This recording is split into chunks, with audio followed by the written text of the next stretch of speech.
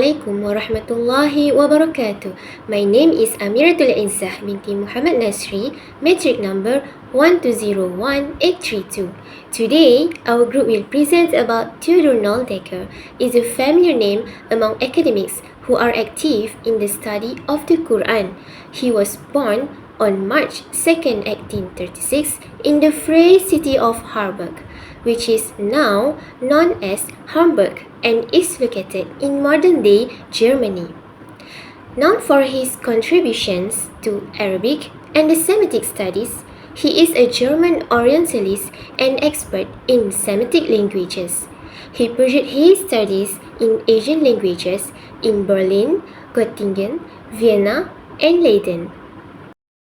After holding a number of academic positions throughout his career, Noldeke started working as a lecturer at the university in this town in 1861. 3 years later, he was named an outstanding professor. He was appointed to the chair of Oriental languages at the University of Strasbourg in 1872 after becoming an ordinary professor there in 1868. He resigned from that position in 1906 at the age of 70. The majority of Noldeke's research is focused on Islam, the Quran, and Semitic languages. The numerous students of Noldeke included Friedrich Zacharias Qualley, Louis Ginsberg, and Charles Cutler-Terray. And finally, he lived in Karlsruhe, Germany till December 25, 1930 at the age of 1904. My name is Farah Yasni binti Hamid Sabri, my metric number 1201841, and I will continue about Book of Theodor Noldeke. Book of Theodor Noldeke, one of his famous books, is the history of the Quran. Theodor Noldeke's The History of the Quran is a foundational work in modern Quranic studies. With its original publication, revised and expanded by Schwadi, Berstresser, and Present, being an indispensable resource. Noldeke's segmentation of surahs into Meccan and Medinan periods has shaped discussions on the Quran's chronology. It contains 27 chapters in his book, and I only list some of the chapters in his book. Firstly, the origin of individual parts of the Quran, then the individual parts of the current Quran, the Meccan surahs, and lastly, the Medinan surahs. Here, I want to share a list of subjects in his book. First, Middle East and Islamic studies, then history and culture philosophy, and last, theology and science.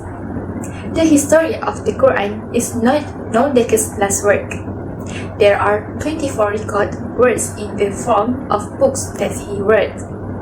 These works are themed on Islam, Adab, and Oriental culture, as well as the history of Old Testament literature, including Das Leben Mohammeds, Beitrage zur Kenntnis der Poesie der alten Araber, die Alttestamentliche Literatur, and also Untersuchungen zur Kritik des Alten Testaments.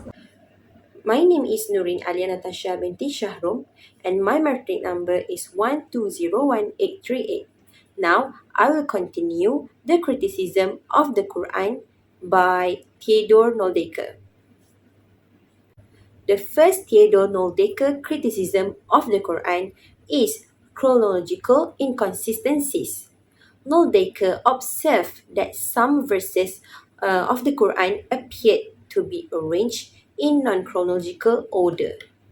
He argued that this arrangement might suggest that the Quran underwent later redaction or compilation. Noldeke analyzed the content and context of verses to identify potential chronological discrepancies and inconsistencies in the narrative sequence. He suggested that the Quran might have been edited or organized with a different purpose in mind rather than following a strict chronological order of revelation.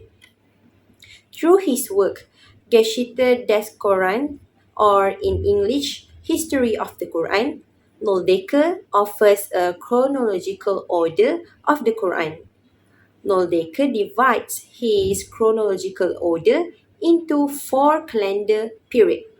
Each of these periods is first the earlier Mecca period, second the middle Mecca period, the late Mecca period, and fourth the Medina period.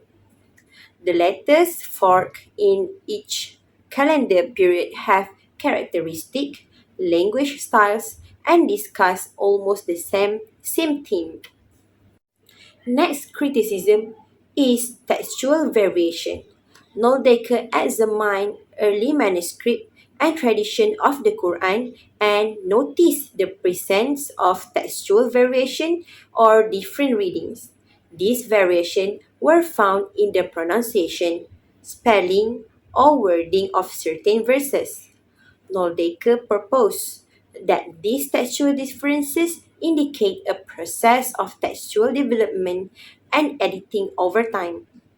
He argued that the existence of such variation suggested that the Quranic text was not fixed from the beginning but underwent modification during its transmission and compilation.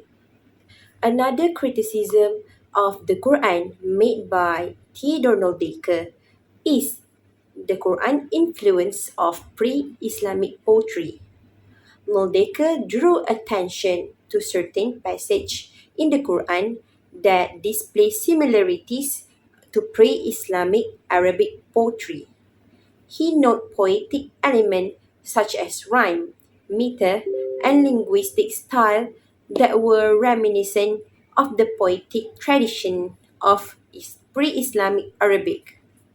Noldeke suggested that these poetic features might have been incorporated into the Quranic text during its composition, indicating that the early Muslim community drew inspiration from existing poetic form and tradition.